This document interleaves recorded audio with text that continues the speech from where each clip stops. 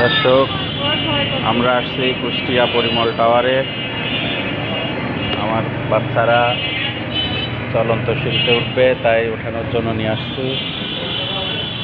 চলো আব্বুরা, চলো একসাথে যাও, হাত ধরে। হ্যাঁ,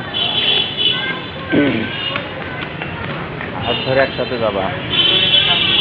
নামার সময় ওই দিক দিয়ে নামিয়ে আসবা, ঠিক আছে?